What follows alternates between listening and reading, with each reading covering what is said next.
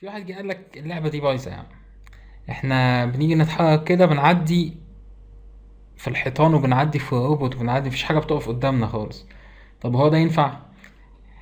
هقول له برغم ان الحيطة اللي احنا عاملينها اللي قدامك دي واخدة كولايدر، يعني برغم ان الحيطة اهي واخدة بوكس كولايدر، وبرغم ان جيلي واخد هو كمان كبسول كولايدر، الا ان الكبسول كولايدر بتاعت جيلي دي طالما انت معلم على الاستريجر معناها ان الكبسول دي كبسول مش عشان الحاجة او كولايدر مش عشان الحاجة تخبط فيه وترد منه تاني، لا عشان الحاجة تخبط فيه وتعدي من خلاله.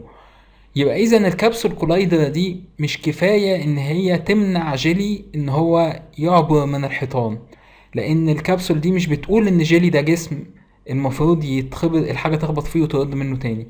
واحد قال لي طيب انا هحل المشكلة دي بسهولة، هاخد الكبسول كولايدر دي واقول كوبي كومبوننت وانزلها تاني على جيلي كده، وهشيل من على الجديدة دي الاستريجر. واحد جه اذكى منه شويه قال له طيب ما هي الكبسول دي كده هتمنع الطلقات بتاعه الروبوت ان هي تنفذ، ونبدا نحسبها عشان نموت جيلي. قال له طيب مش مشكله، مش انا بقدر اتحكم في السايز بتاع الكبسول، يا اما بعلم هنا يا اما ممكن اقلل الراديوس بتاعه، اخلي الكبسول اللي تعبر عن جسم جيلي تبقى داخليه والكبسول اللي تستقبل الطلقات تبقى خارجيه. هقول له ده حل عبقري جدا، ولكن تعال نشوف ايه اللي هيحصل لما ندخل على البلاي مود. هتلاقي جيلي عمال يلف يلف يلف ومفيش حاجة بتوقفه. طب ايه بقى اللي بيلفف لي جيلي دلوقتي؟ اللي بيلفف لي جيلي دلوقتي الريك دول اللي احنا عاملينها، الريك دول اللي احنا عملناها عشان نموت بيها جيلي. طيب الريك دول دي كلها موجودة في ريفرنسز، يعني انا لو وقفت على الريفرنسز دي كجيم اوبجكت وعملت له ديسيبل وجيت العب دلوقتي، هلاقي جيلي ما بيلفش ولا حاجة. طيب هل هيعبر من خلال الحيطة ولا لا؟ هلاقيه ايه، بيخبط في الحيطة ومش بيعدي منها، ولكن هو لما بيخبط في الحيطة بيفضل يلف برضه.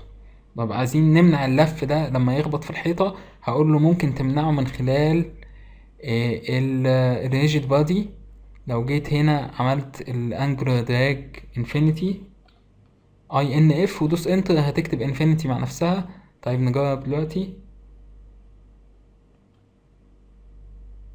عايز لما اخبط ملفش اهو ما بيلفش. طيب، طيب انت عايزه ايه؟ يعني هو انت واحد بيقول لي طب هو ليه بيغطس جوه الحيطه كده؟ هقول له لا دي احنا ممكن نعالجها من الحيطه نفسها.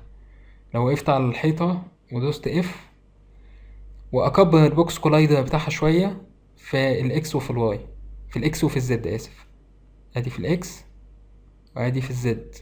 خد بالك احنا بنتكلم على البوكس ايه اللي هو السوداني ده. تعالى نشوف، او لا تعالى اعملها لك ماكسمايز اون بلاي الاول.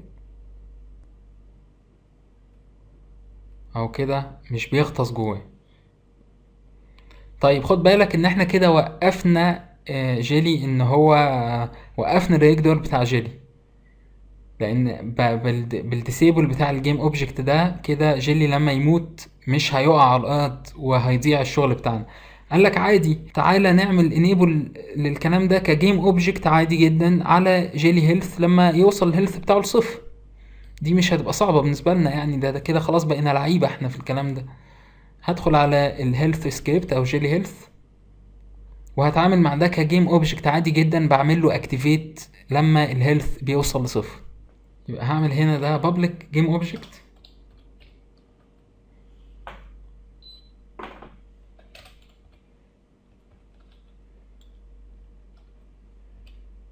اسميه ريجدول، واعمل اكتيفيت للريجدول لما الهيلث يوصل لصفر هنا.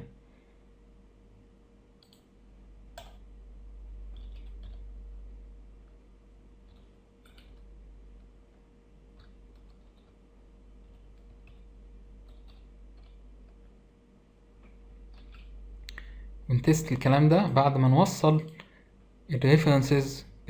ممكن تيجي بقى تغير اسمها تسميها دلوقتي ريجدول عشان ما تتلخبطش. اوصل بقى ريجدول دي بالهيلث سكريبت،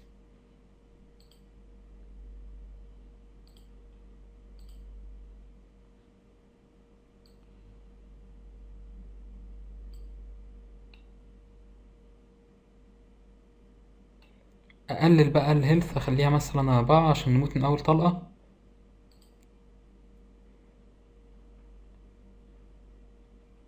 ايه اللي حصل؟ هنا هيلث اصغر من او تساوي الصفر، يقدر دوت سيت اكتف تساوي 2. وهل دي اللي عامله لي المشكلة ولا ايه؟ طيب نرجع بالاسم دي ريفرنسز تاني، كنترول زد كده. واضح ان تغيير اسمها عمل لي مشكلة. اقف على جيلي واشد ريفرنسز على الريك دول.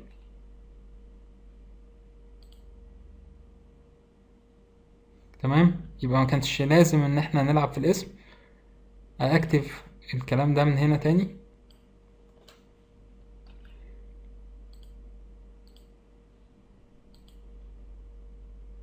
هتقولي ليه ما تعملش مونتاج وتعيد الكلام ده وتخليه يشتغل معانا من اول مرة صح؟ طيب وليه اعيده يعني طالما ممكن ادينا بنصلح الاخطاء مع بعض اهو، بنتعلم سوا كده. الهيلث خد بالك، خليها 4.